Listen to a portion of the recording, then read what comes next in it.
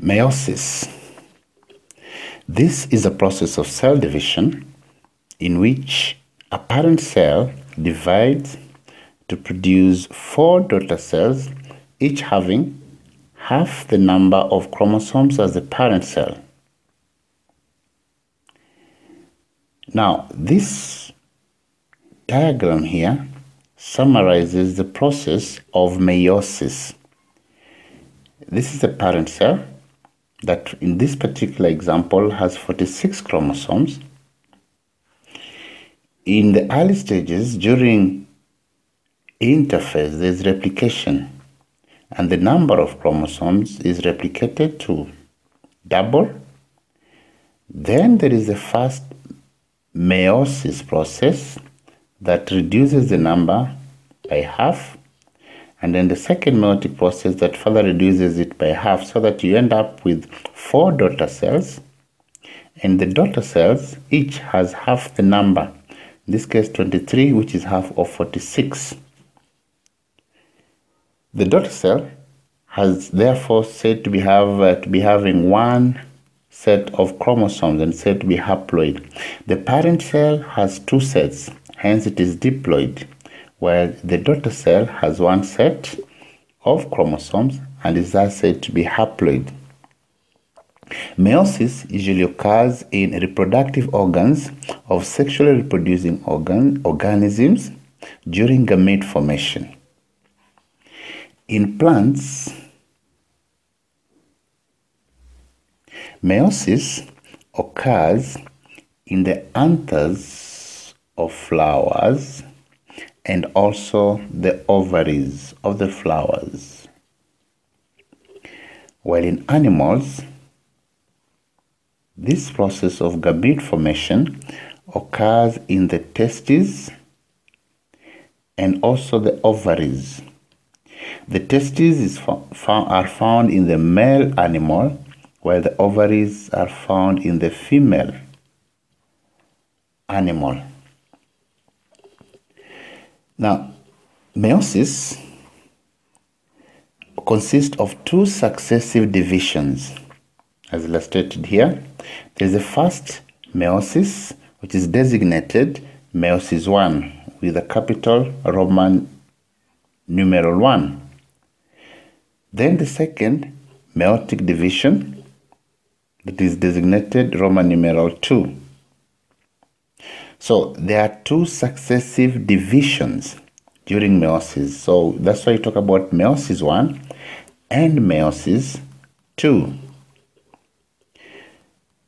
Now, just like in mitosis, each meiotic division consists of 5 phases, namely the interphase, prophase, metaphase, anaphase, telophase.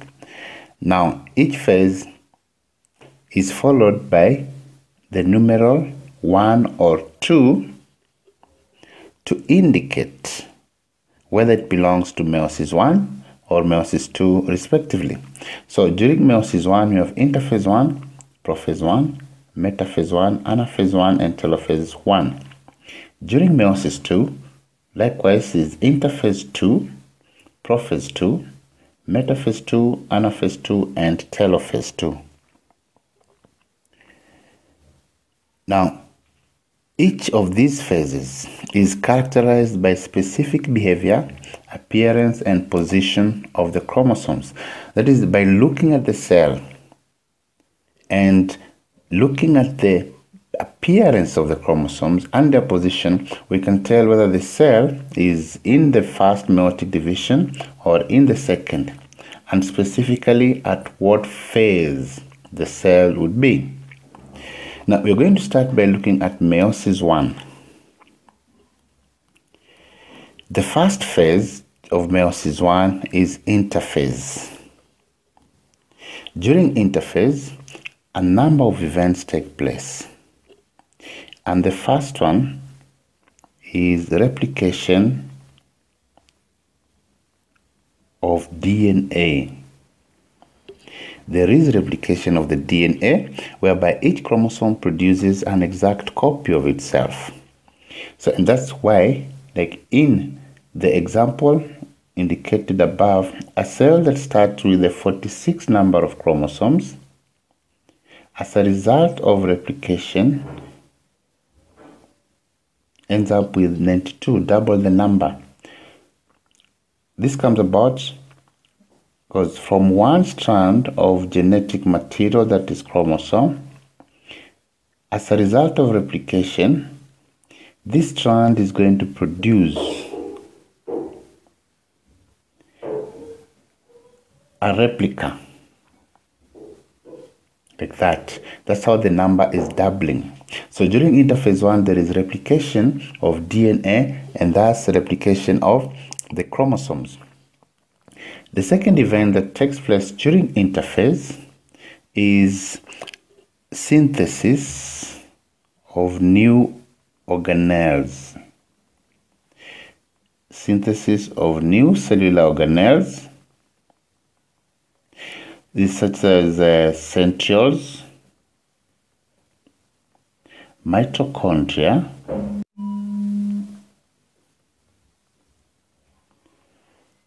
and you also have other organelles such as ribosomes, Golgi bodies, and endoplasmic reticula. And in particular, the duplicated centrioles in animal cells are located just outside the nucleus. A third event during interphase 1 is ATP synthesis. There is energy reserves build-up. This energy will be used to drive the cell division process. After interphase, the cell enters Prophase One. That is, after interphase 1, the cell enters Prophase 1. And during Prophase 1, you can see in this illustration here, this is a photograph of an actual cell that is at stage Prophase 1, while this is a drawing.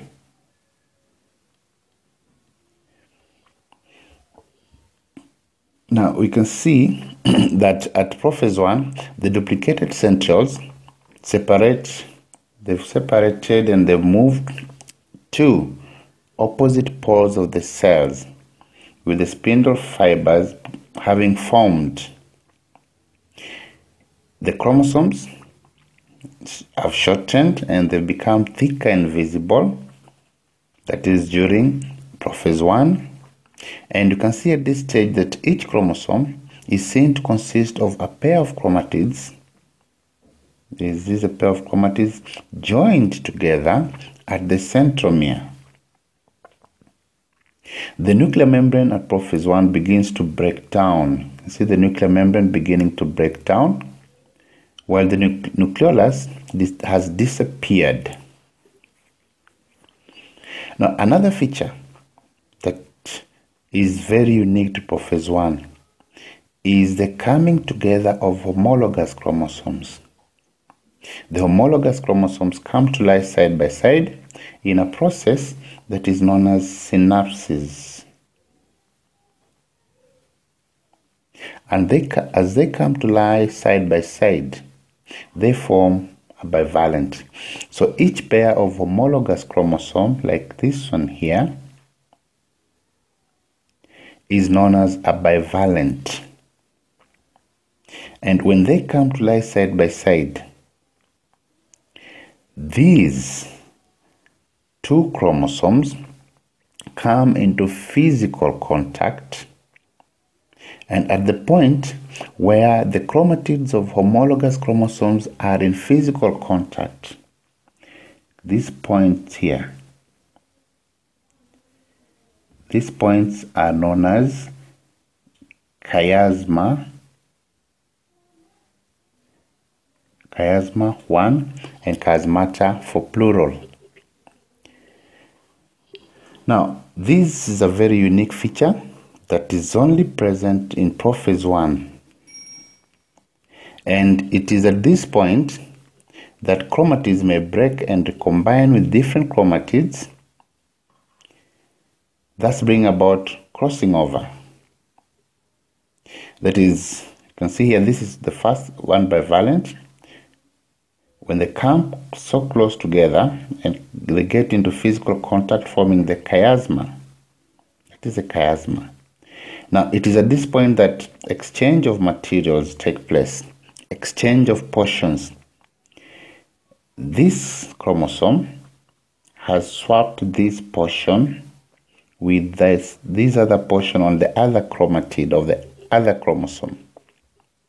So this swapping of portions of chromatids is what is termed as crossing over.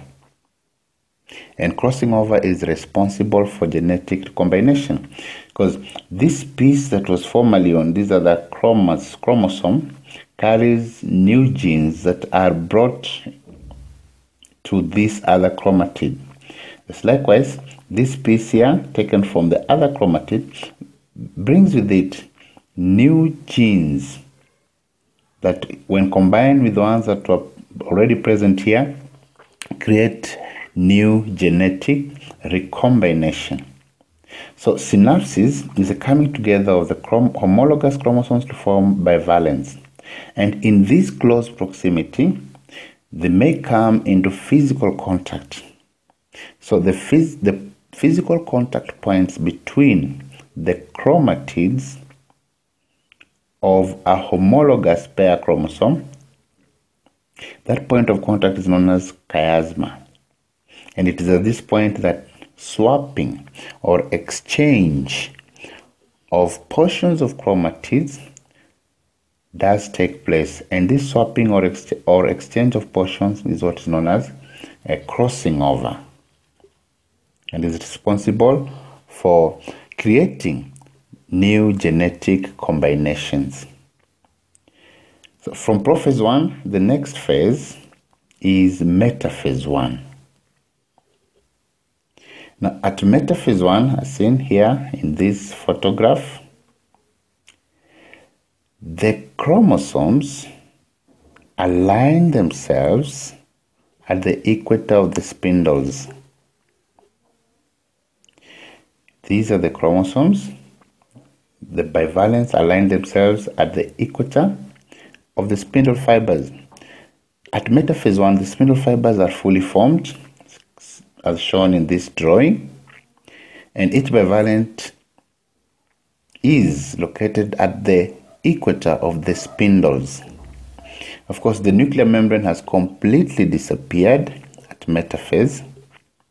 Now the chromosomes at the equator of the spindle fibers attach to the fibers by their centromere, such that in each pair the chromosomes are oriented toward opposite poles. You can see here in this pair, this chromosome is oriented towards this pole, and the partner in the pair is oriented towards the opposite pole.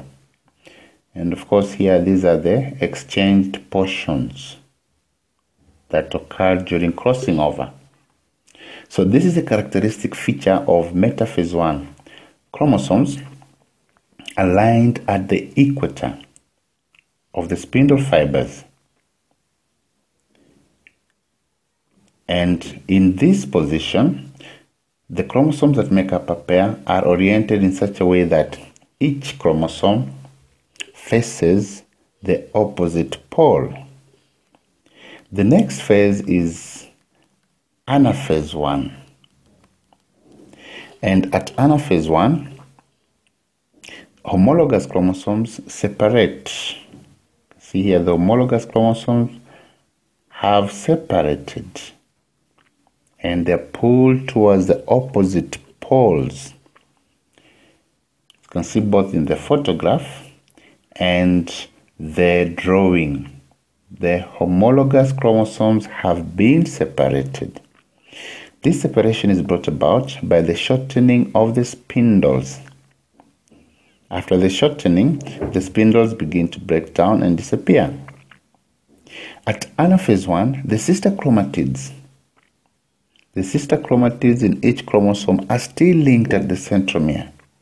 What are separated are the homologous chromosomes and not the chromatids that make up a chromosome. So you note that it is the chromosomes in a homologous pair that are separated and not the sister chromatids that are still joined at the centromere. Then from Anaphase 1, there is Telophase 1. At Telophase 1, the chromosomes reach the opposite poles. Let's see here. The spindle fibers break down, and the nuclear membrane begins to reform around each set of the chromosomes. Now, in most cells, the spindle fibers disappear completely, though others they may still remain, and the chromatids uncoil. So they uncoil, and the chromosomes become less visible during Telophase 1. But the distinguishing feature is the grouping of the sets of chromosomes at the opposite poles of the cell. Now, towards the end of Telophase 1, the cytoplasm begins to separate. That is, cytoplasmic division begins, leading to separation of the two sets of chromosomes of the newly formed nucleus into two different cells. Now, cytoplasmic division happens depending on the type of cell. If it is an animal cell, then there is a furrow that develops at the center and grows towards the middle, thereby separating the two cells. Whereas if it is plant cells, then cell plates develop at the center, and these will later develop into cell wall that will serve to separate the two nuclei and thereby forming two daughter cells. Now, the nucleus may enter into interphase, although no replication of the DNA takes place. That is at the end after Telophase 1. In some cells, however, there is no interphase, and the cell passes straight into Prophase 2. So, in summary, you can look at the Meiosis 1 process. At Prophase 1, the chromosomes have shortened and thickened, and they are more visible, and homologous chromosomes come close in a process known as synapses. At Metaphase 1, each bivalent aligns itself at the equator of the spindle fibers.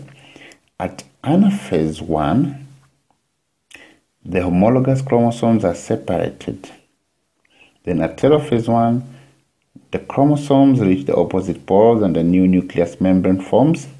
Then this is followed by cytoplasmic division, in which the two nuclei are separated, and thus two daughter cells are formed at the end of Meiosis 1. So at the end of Meiosis 1, the homologous chromosomes have been separated and the chromosome number reduced by half. So it is at the end of Meiosis 1 where, in the case of the human cell, from 46 in the parent cell, the daughter cells end up with half that number, say 23, as a result of the separation of the homologous chromosomes. Now, in Meiosis 2, during Meiosis 2, now as mentioned, not all cells go through Interphase 2. Interphase 2 occurs in animal cells where centroids are replicated. Only the centroids are replicated. However, the chromosomes, that is the DNA, does not replicate. In Prophase 2, here we have, remember, these are the two cells that are formed at the end of Meiosis 1. So this is how they appear in a photograph, and this is a drawing of the same type of the same cells. So at Prophase 2, new spindle fibers form, and the centrols move to the opposite poles of each cell. The chromosomes shorten and become thicker, while the nuclear membrane begins to break down. The nucleoli disintegrates and disappears also. At Metaphase 2, the individual chromosomes align themselves at the equator of the spindle fibers. These are the chromosomes. They align themselves at the equator of the spindle fibers, as you can see in this drawing. So there are no homologous pairs. Remember, they've been separated during Meiosis One. So the individual chromosomes align themselves at the equator of the spindle fibers. So here, this is cell 1, cell 2. These are separated cells. So the chromosomes during Metaphase 1 are attached at the centromere to the spindle fibers. Each chromatid is oriented towards the opposite pole. So in each pair, in each chromosome, the sister chromatids are oriented towards the opposite pole. Then Anaphase 2, during Anaphase 2, the sister chromatids are separated from each other and move towards the opposite pole. See, after the separation, you can see in the photograph and also in the drawing. This separation is brought about by the shortening of the spindles. Then at telophase 2, the spindle fibers begin to disappear and the chromatids reach the opposite poles. You can see these are the opposite poles, where they become enclosed by a new nucleus that begins to form. That's a new nucleus. The chromatids uncoil and regain their thread-like form, and they become less and less visible. And then each cell, remember this is one cell, that is another. Now each cell then separates or divides into two. That is, cytoplasmic division comes about, which results in the separation of the two nuclei. So from the two cells, each cell divides into two, and we end up with a total of 4 cells, 4 daughter cells. And you can look at the summary of Meiosis 2 in this illustration here. This is Prophase 1. The chromosomes are thick, more visible. The spindle fibers begin to form, and you can see the centrols are moved into the opposite poles. This is the appearance, the photograph of a cell at Prophase 2. But during Metaphase 2, the chromosomes align themselves at the equator of the spindle fibers, with each of the chromatid oriented towards the opposite pole. And this is the appearance of a cell at Metaphase 2, that is 2 cells at Metaphase 2. Then Anaphase 2, the chromatids are separated and they pull towards the opposite poles by the shortening of the spindle fibers. Then at telophase, each cell divides into 2, producing a total of 4 daughter cells. And this is how the 4 daughter cells would appear in a photograph. Now, meiosis is a very important process. And we look at the significance of this meiotic process. One, it produces haploid gametes. Through meiosis, there is a formation of haploid gametes. These haploid gametes are used for sexual reproduction. that is the sperm and the ovum, fuse during fertilization to produce a zygote. So because the gametes are haploid, the fusion does not result in doubling up in the number of chromosomes within an organism. Instead, the fusion restores the normal diploid constitution.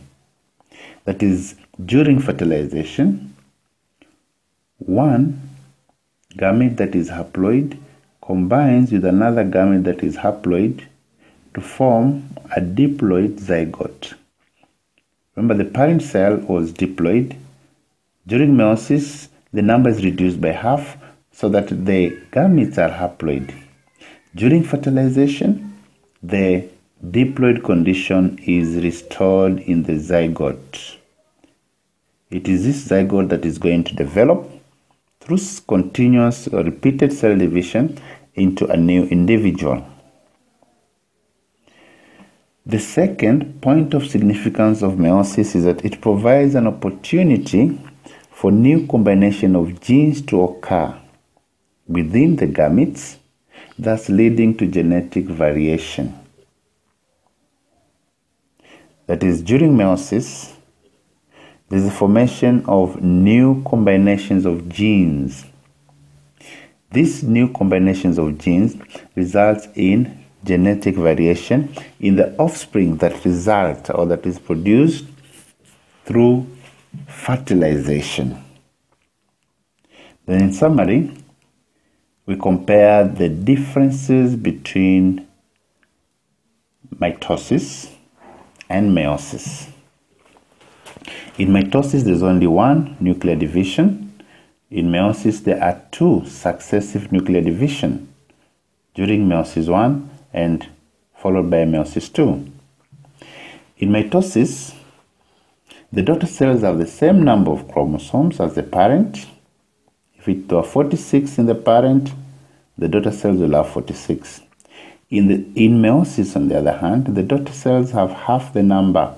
If the parent cells had 46, the daughter cells end up having half the number of chromosomes, that is 23. In mitosis, homologous chromosomes do not associate. That, in other words, there is no synapses. While in meiosis, homologous chromosomes associate to form bivalence during Prophase One. So synapses occurs during Prophase One. Another point of difference is the chiasma. In mitosis, chiasmata never form because there is no synapses. But in meiosis, chiasma may form, occasioned by the process of synapses. And also as a result of the chiasma formation or the absence of chiasma formation, crossing over never occurs in mitosis. That is, chromatids never exchange portions. While in meiosis, crossing over may occur because once chiasma has been formed, then there is a chance of crossing over taking place. And lastly, in mitosis, two daughter cells are produced at the end of the process, while in meiosis, there are 4 daughter cells.